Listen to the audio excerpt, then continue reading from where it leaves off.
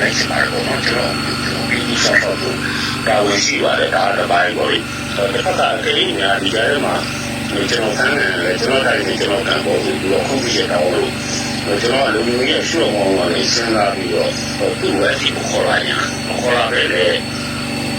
သူဒီကုန်းကြီးကိုပြန်တော့တယ်တော်မှတရားနဲ့အဲ့ဒီလည်းမရအောင်လို့ပြန်တော့လေသူလည်းမရရင်လည်းနိုင်ငံတော်တိတ်ဒီမှာပြန်လို့ကျွန်တော်မှားရတယ်။ဘာကြောင့်လဲဆိုတော့အဲ့ဒီစစ်စစ်သေးကြပြီးကျွန်တော်တို့လွတ်လပ်တဲ့ဒီနေရာကိုရောက်သွားတယ်။သူဆန်းနေတယ်မဆန်းနေရတာပါပေါ့နော်။ဟိုအဲ့ဒီဆက်လက်ပတ်သက်ပြီးတော့ကျွန်တော်မှာအခက်အခဲလေးကသူ့ကိုကျွန်တော်ပြန်ဖို့လည်းဒီကူထောက်ပံ့နေတယ်ထောက်ပံ့နေတယ်ဆိုတာမနေ့ထောက်ပြန်လို့ရပါတယ်ဒီစမ်းတော့ပေါ့နော်။ရောက်သွားတယ်ဘုရားကျောင်းနဲ့ဘုရားဝင်းဖို့တော့ဆိုတော့အဲ့ဒီညီလေးစီနဲ့ဆွေးနွေးရဇာတ်လမ်းမပြတ်ဘူးပြည့်ဒီကဘုရားနဲ့ဆိုတော့ကျွန်တော်တို့ပြောလိုက်တယ်ဒီနေ့ခက်ခဲရှိမလုပ်နဲ့နော်ငါတို့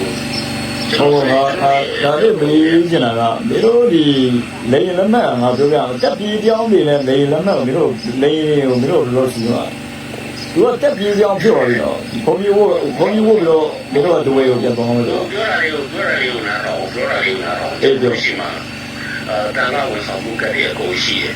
တန်ခါဝန်ဆောင်မှုကတည်းရှိတဲ့အတွက်သူကတန်ခါတစ်ပါးဖြစ်သွားသူဒီနာမည်လည်းမဟုတ်တော့တန်ခါနာမည်နဲ့သူတပြေးကိုဒီမှမတော့ဆိုရင်ငါအပြန်ပေးမယ်ဒီလိုလုပ်လိုက်ဒီလိုအခုအကုန်လုံးအယောက်1ပေါင်း45ဟုတ်လားဟုတ်တယ်1ပေါင်း45မှာ20လောက်နေတို့ဒီဘက်ချန်ငါတို့ဘက်ကိုအရင်လာခဲ့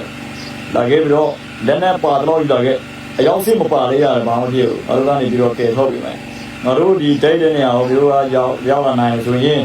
အဲ့ဒီကျန်တဲ့ဒီတူတယောက်အတွက်ကိုကြတော့ပြန်စီစဉ်ဖို့ငါအကုန်လုံးစီစဉ်ပေးမယ်အဲ့ဒါပြီးမှကျန်တဲ့နောက်ဆက်တော့ပြန်ထွက်